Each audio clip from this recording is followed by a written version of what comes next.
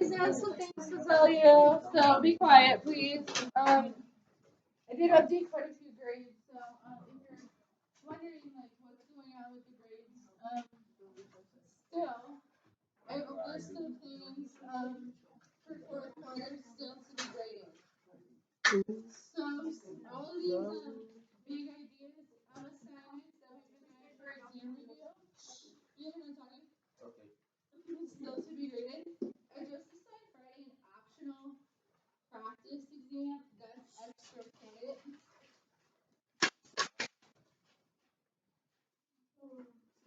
So that's plus 10 points extra credit. And that's due Sunday at midnight. So that's due the exam's next Monday. So I put this out there so that if you have anybody around that can help you prepare, here's some practice problems that you guys can do. And if you don't, you can always look up the question and do your best. You can come after school for help. I'll be here every day but today.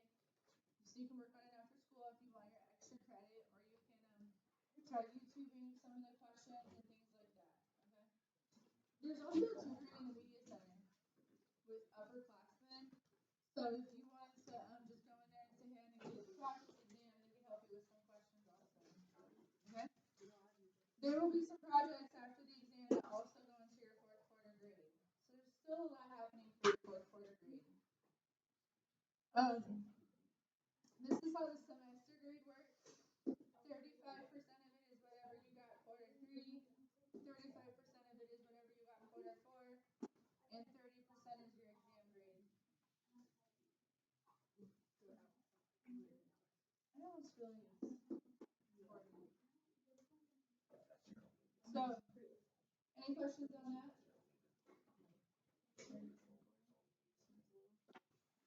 All right, so today we're gonna practice factoring these 3 questions. We're gonna do the bubble sheet. Did I put the bubble sheet on here? The bubble sheet's 40 points. Remember that. I'm gonna write that down.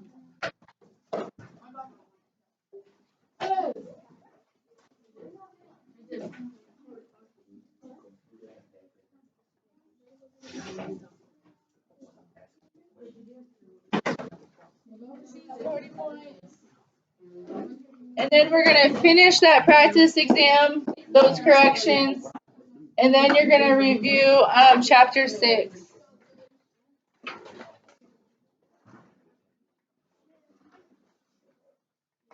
All right, so there's 3 different quadratics. Could anybody tell me why these are called quadratic equations?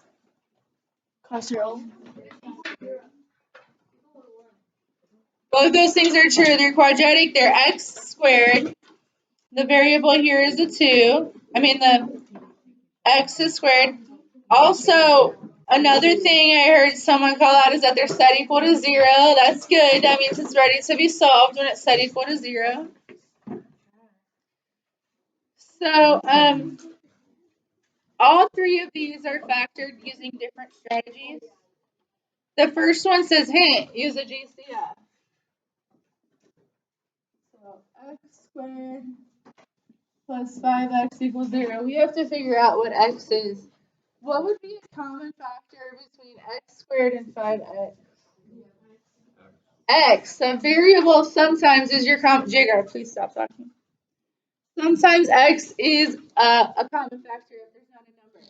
One way to look at this is like x times x, 5 times x. What is present in both of these? There's an x present in both of these.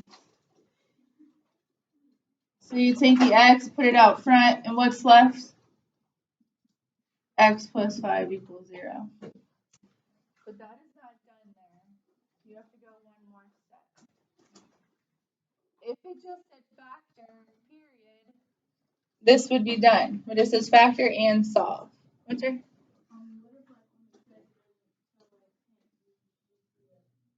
Right. You got it. You got it. Do you want me to erase it?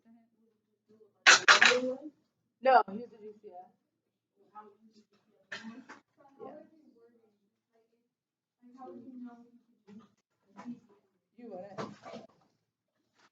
it. That was me giving you hints. Pretend there's no hint.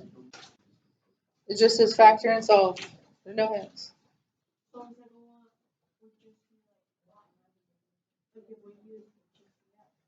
Yeah, the second one doesn't have a GCF. Like the 1 x seconds minus.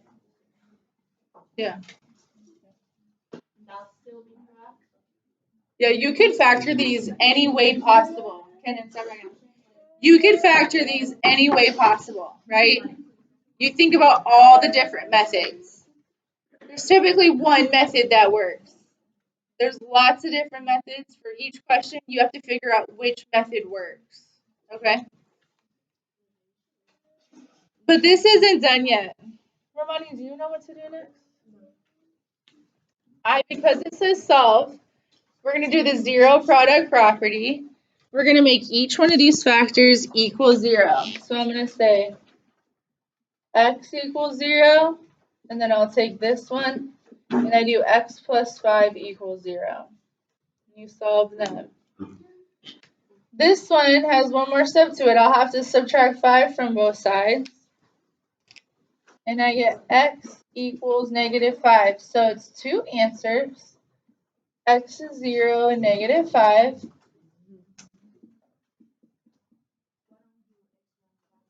Oh, because you're finding. Why don't we do what?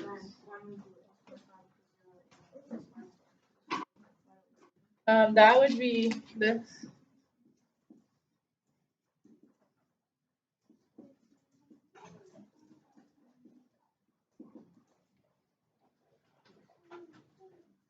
That's a really common thing. We're going to do that here with that 16. But this one, the second term has an x in it, so this is more like a greatest common factor situation. The hardest thing about factoring is there's so many different types of problems you're challenged to do. So anyway, this quadratic would open up because it's positive and it has two x-intercepts at 0 and -5. And so we're picturing something like that. Okay? Number 2.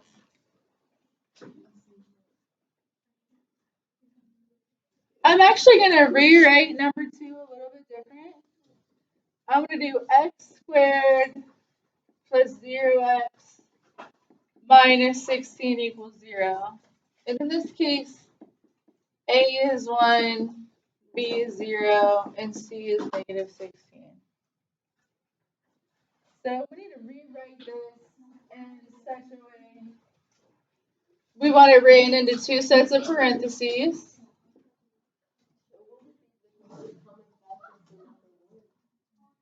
We need to find numbers that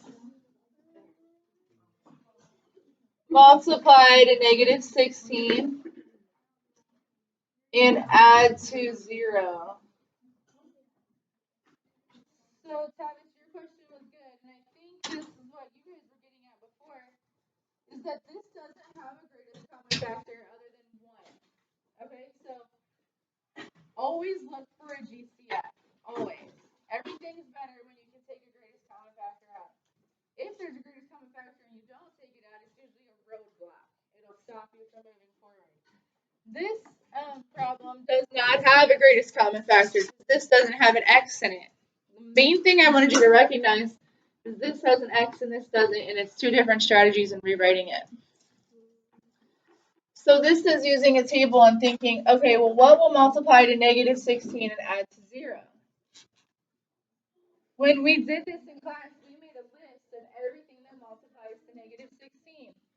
We did -16 times 1, -8 times 2, -4 times 4. And then we added those options up. -16 plus 1 is -15, doesn't work. -8 plus 2 is -6, doesn't work. We want to add to 0. -4 plus 4 equals 0. Those are the numbers I want to use. That's how I factor this. So in my parentheses, I'll do x minus 4, x plus 4 equals 0.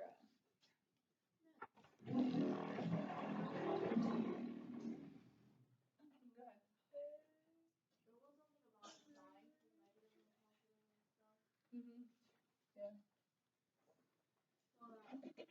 So you recognize, well, I had a hint on there before, right? Like you can square root 16. So if I saw any number there that was a perfect square, like 9, 16, 25, 36, 49, 64, 81, you know, those, and there is no middle. It's because something in the middle canceled out. There was opposites. And what makes opposites is having two opposite signs. Yeah, because this is solve, I'm going to make these both equal 0 and solve them. Oops. Like that.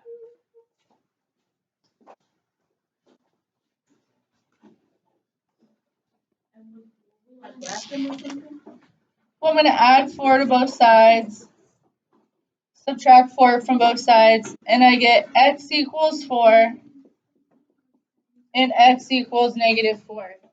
These are the answers to factor and solve, 4 and negative 4. But you should always be visualizing these answers on the graph. You can check. Does this make sense? Does this work for a parabola? You never know how much in algebra these days they just want you tying lots of different concepts together at the same time. So this is a positive 4 and a negative 4 x-intercept. It's very even around the center. So for that one, Two answers for negative 4. wait, hold on. Oh, I see what you mean. You made one positive. Because I wanted them to add up to 0. Are you guys open to seeing this done another way? Watch this. I think this way is easier. Watch this. Ooh, I don't want to confuse you, but watch me do this. I'm gonna.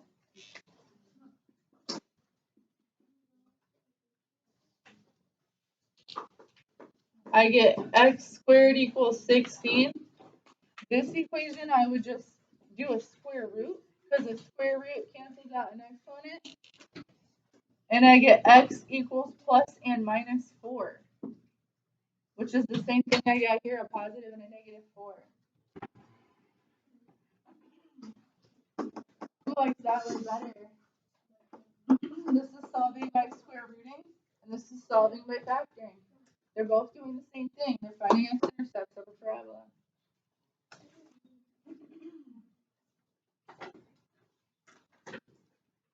Number 3, there really is only one way to do, and that's the table method that I just showed you.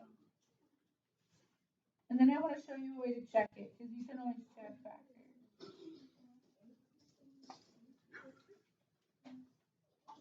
Last one. Factor and solve, last one.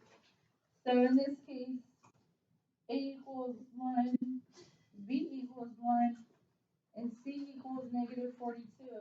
There's no number in the middle there. There's an invisible 1. So I'm trying to figure out what's going to multiply to negative 42 and add to 1.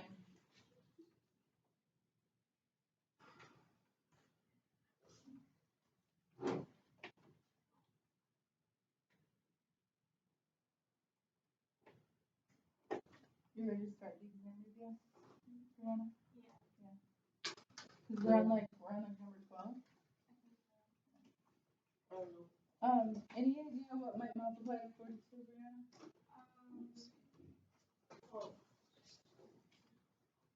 7 times.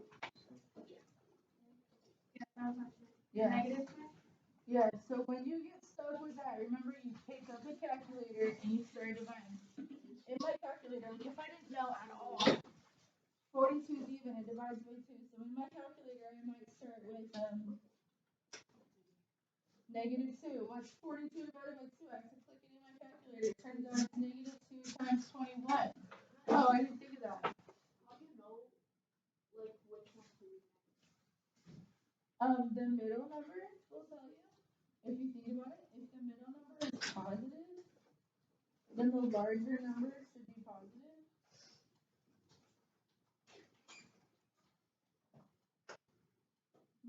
And it's negative 6 times negative. Oh, what else? Um, how are we supposed to know what the add to is? Like, It's always B. Okay, so you multiply to the C value and then you add up to the B value. So then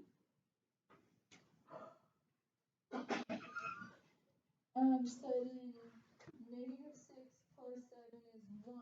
So 6 and 7 work. Anyway, what I'm saying is if I didn't know, I would try 2 because 42 is even and my calculator would tell me 21. Now, since 21's in this list, 42 also divides by everything 21 divides by. So then I might try 3 and I might try 7. So this number will give me more clues as to numbers that I can put in the list. 3 times 14. Alright, so we're picking x minus 6 and x plus 7 equals 0. That's the same quadratic rewritten in backwards form. Make both those equal 0 and then you're done. X minus 6 equals 0. X plus 7 equals 0.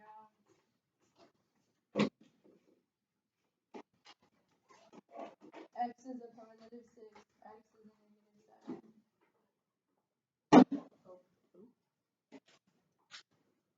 And those would be the y-intercepts on the graph. Now, if you want, because you have lots of time, you can check it.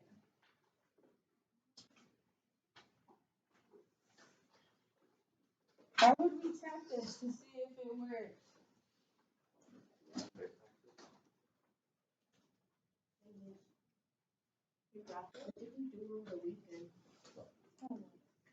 So in order to check this, one thing I can do is you guys were all kind of fond of this box method. Some of you guys did FOIL method.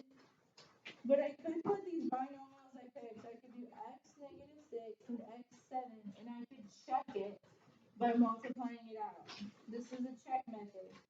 When I multiply these out, I would have x squared, 7x, negative 6x, negative 42. And then when I write them out correctly in standard form, combine like terms in the middle, and that checks out. That's what I started with. 7x minus 6x is a positive 1. This is the problem I started with. So the binomials you pick negative 6 and 7, you put it in there with x. If you want to check them, you can do this, and you should get what you started with, if you pick the right numbers inside. Is that too much? This, in skills trainer, this is one of the ones I recommended you did over the weekend.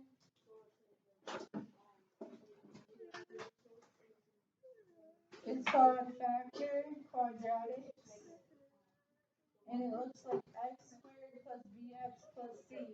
Okay?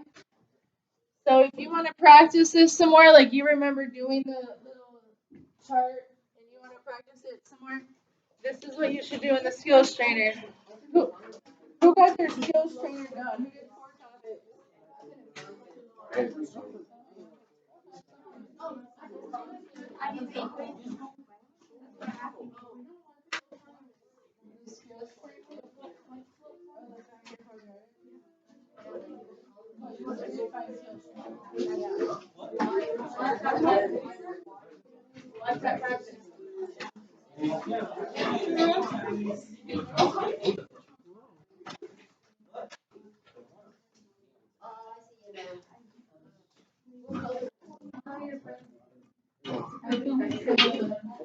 Thank you.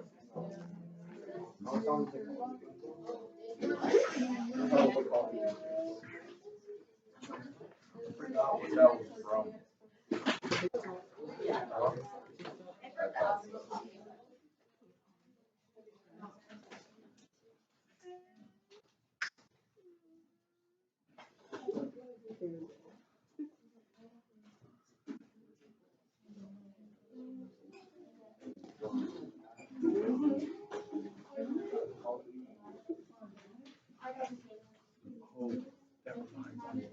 trying to sneak around the house early in the morning because all three other doors randomly start.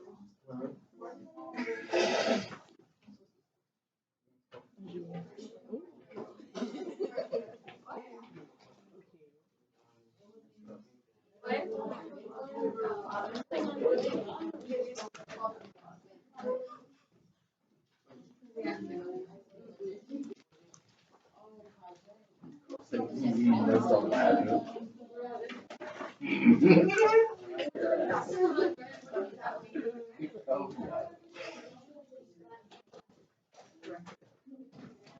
That's what I'm trying to tell you. Yeah, say no, like, but you should need that to you. I think so. I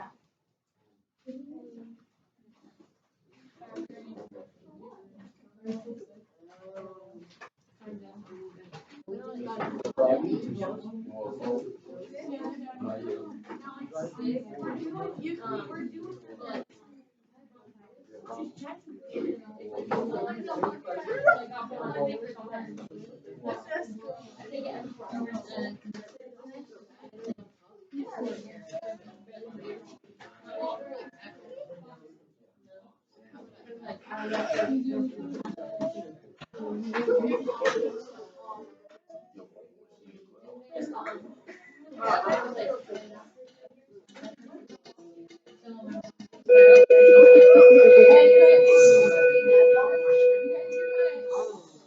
student ask me like how many quadratics are on it, how many linear equations are on it, like that. So this is provided by the Florida Department of Education or Florida anyway.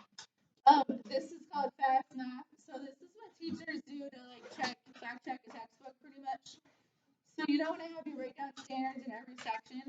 This is the standard number. So for if you know anybody in third grade math, this will tell you that 23 to 29% of their test is additives in number sense. 23 to 29% of their test is on multiplication. So if they want to pass, they need to know their adding and their multiplication. And then there's a little bit of third grade math talking about fractions, measurements. Okay. So here's grade 4. Shows you all your topics. Grade 5. Here's grade 8. This is what you guys did last year. And here's algebra 1. Okay. So 31 to 38% of your exam is going to be on expressions, that's plugging in and evaluating. Functions, that's the vertical line test and function notation. Data analysis is the data displays that we just finished. That's 31 to 38%. 31 to 38% is completely straight lines. Slope. Okay? 1/3 of the exam is all slope. AX plus BY equals C, Y equals MX plus B. Straight lines. That's a lot. That's a lot. 31 to 38 is non-linear. That's your parabola or your exponential. Like a basketball. Okay. Now I'm gonna be honest with you guys. Be quiet. You guys, I started review in this section, and then I jumped right into non-linear. Okay. This is the thing so far that I've reviewed the least, and this is I think what you were most likely to have already seen a little bit in pre-algebra. Okay. So I didn't review the beginning stuff yet.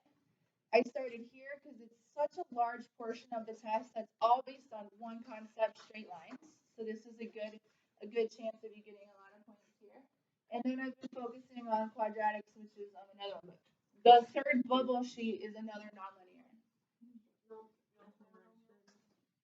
Probably no, we'll just get off into that first one. Your bell work tomorrow is the adding and subtracting. Anyway, that's that. I was about to say,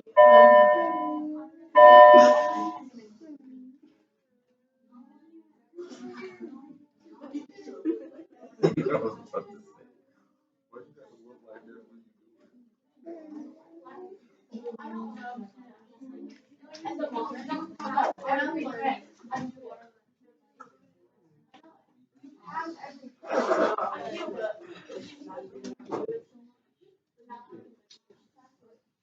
when Alright, the third function is exponential functions. I'm gonna change the E to here. Why is this like this? That's an exponential function, and that's an exponential function. Exponential functions do not turn up and make a U. They slide down. They start low and they go high. It's a slide or a ramp.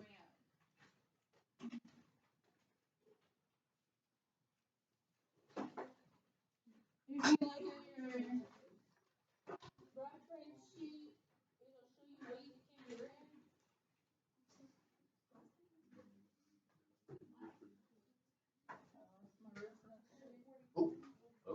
Is this one the one of the cars? Yeah, this is the finance.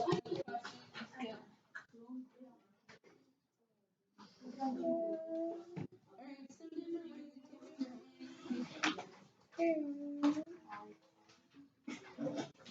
Y equals A times O to the x. Y equals 1 plus or minus the rate all raised to time. Or the more difficult one, the really more advanced one, it's 1 plus or minus rate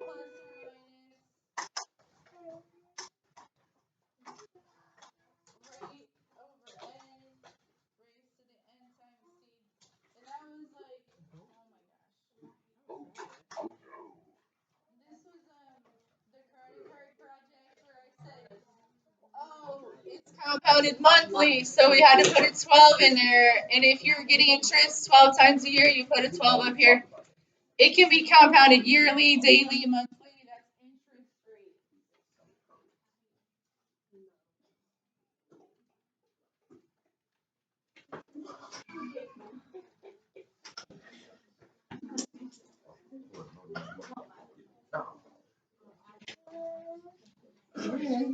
That's interest rate.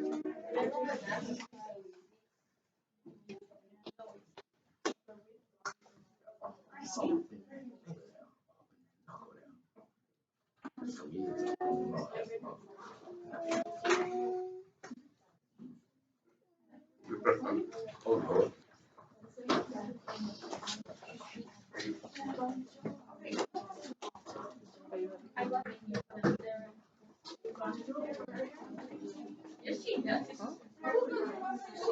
Don't be so mean. Let me see it. Can I see it?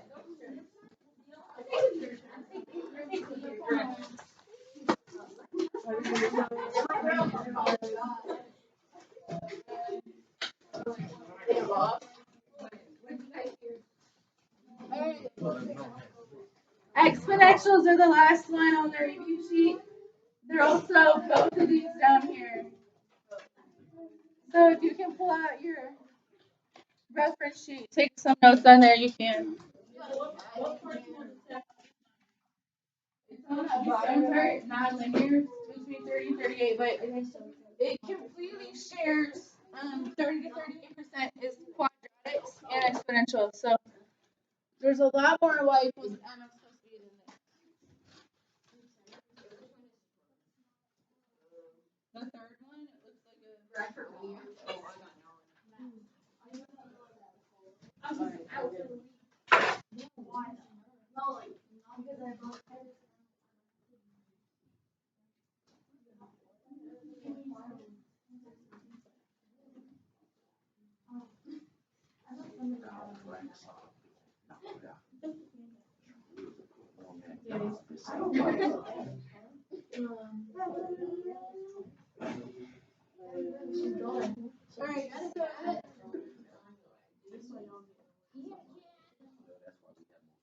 I don't know if it's a noise or a comment. Alright, so if the base is greater than 1, it's called growth. If the base is less than 1, we call it decay.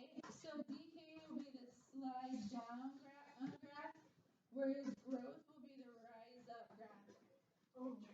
Did you guys watch the video where it's like if you fold the paper 40 times, you make it to the moon? No, yeah, no. I did that today. You did.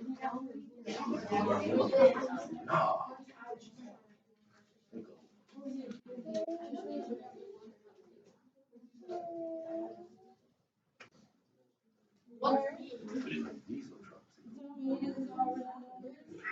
Like me when I'm looking at this form, is the base of the exponent.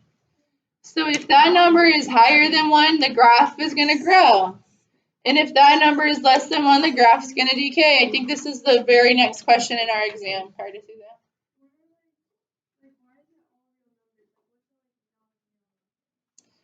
that.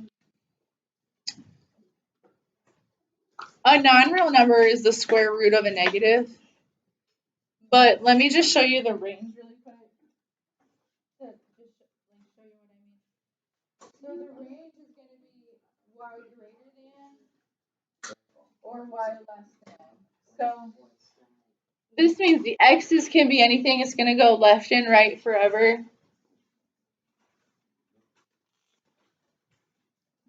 I'll just show you a quick graph. Like, let's say I did 3x minus 4 plus 5. I'm going to go 1, 2, 3, 4. Right 4, up 5. This actually has an asymptote. And this graph.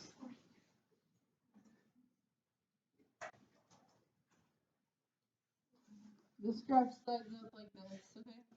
You might not remember this, but this graph has like a floor where it will never go lower than.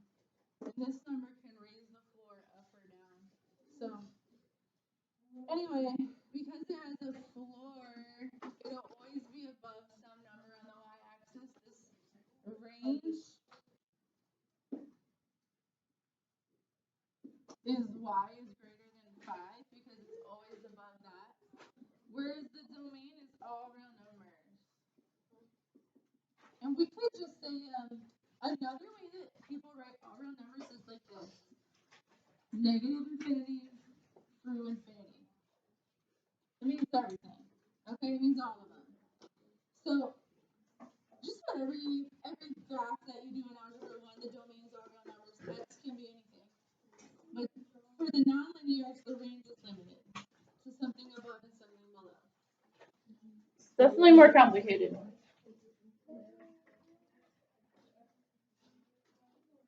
Okay. This bit where it says identify where it's increasing or decreasing, this actually falls into the top part of that grade breakdown where it says functions. This is all part of that top 30 to 38% that I said I really haven't reviewed yet. This is actually a part of those standards. All right, so where is it increasing and decreasing? It's increasing the entire time.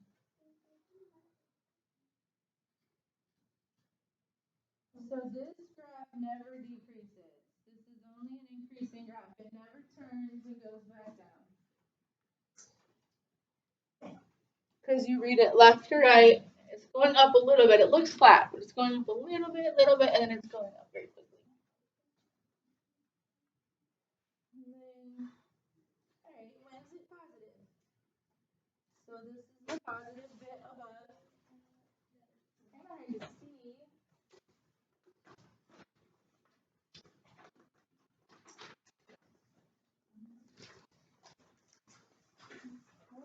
Positive. It goes through like 2.8. Who's it go through the x-axis? 2.8, 2.9.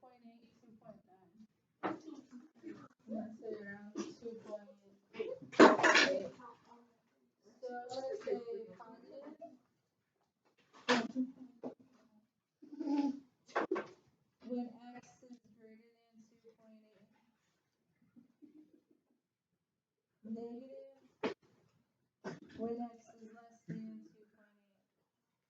It's negative down here.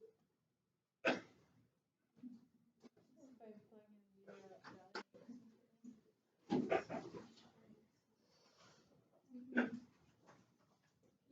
Alright, a forester has determined that the number of fir trees in a forest is decreasing 3% every year. That's called decay. The way populations grow and decrease is exponential. In 2010, there were 13,000 fir trees in the forest. Write an equation that represents the number of fir trees in terms of T, the number of years since 2010. Then find how many trees will remain after 15 years grown to the nearest whole tree. How do you know it's a decay? I don't know what. It's a decay. Oh, the word decrease means decay. So it'll typically say grow or decrease, increase, reduce, something like that. If it's going down decay. Alright, so I'm going to do y equals 13,000. I got a 1 in here. For decay, we're going to do plus sign or minus sign in there. Minus sign, I'm going to do 0.03 raised to t. I'm actually going to fancy that up a little bit here. So what's that, what? Like, No, if it said growth, it would be 1 plus. no.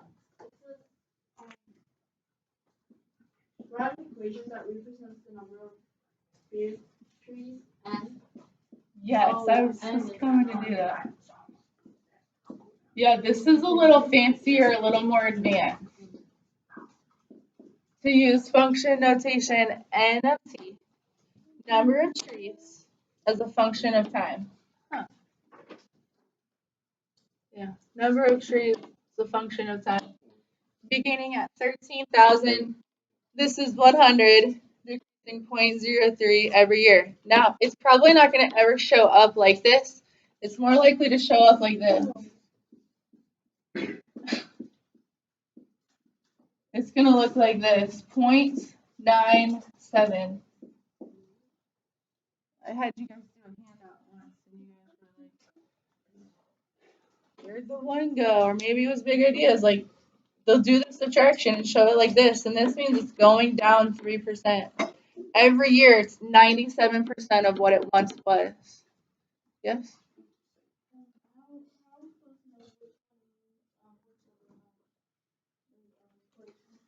Do you have your reference sheet? Since that's what you have during the exam, I'd like to point it out right there for you to study it. Can you find that? Or you got a really good point, Winter.